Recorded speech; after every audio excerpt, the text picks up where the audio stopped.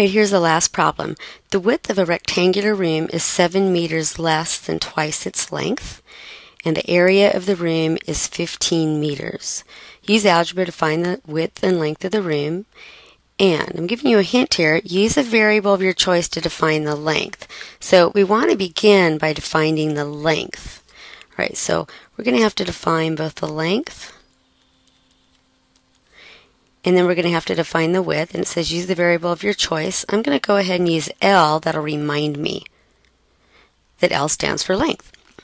Now, it says here that the width is 7 meters less than twice the length, right? So I need to take twice the length and then take away 7. So the width is 2L minus 7. Now we know that the length times the width is the area. That's the formula for a rectangle. Length times width is area. So this is actually a formula. So the length would be L, the width is 2L minus 7, and the area is given right here,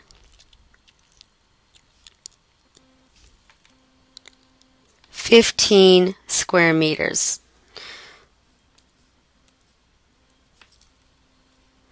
So we're just going to put 15. We'll fill in meters for the length and width later.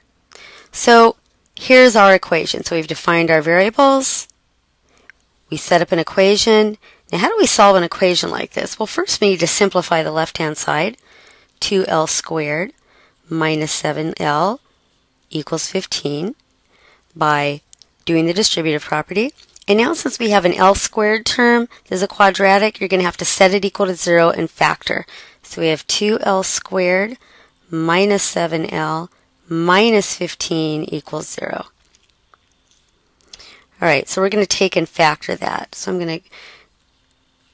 you can do this on scratch paper because you could use any method you'd like to factor. I use trial factors.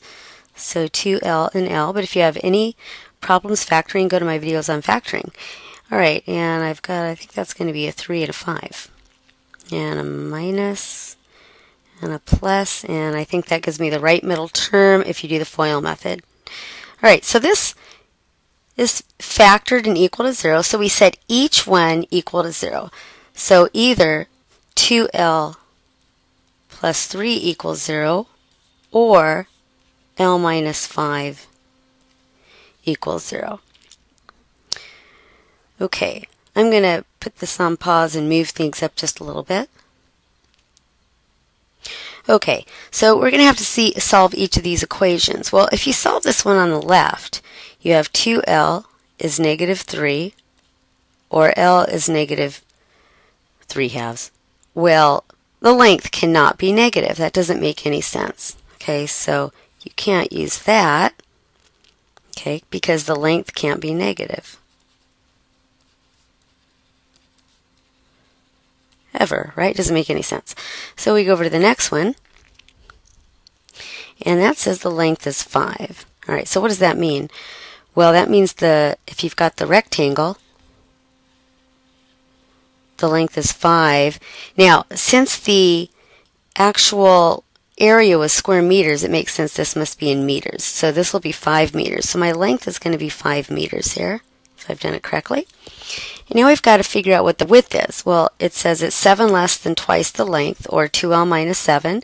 So if you put in 5 for L, that's 2 times 5, 10 minus 7 will be 3 meters. So this is 3 meters. And look at that rectangle. Would that give you an area of 15 square meters? Yes, because 5 meters times 3 meters is 15 square meters, so it checks. Is it true that the width is 7 less than twice the length? Yes, because twice the length is 10, 7 less is 3. So these are the correct answers. So that's it. We have that the length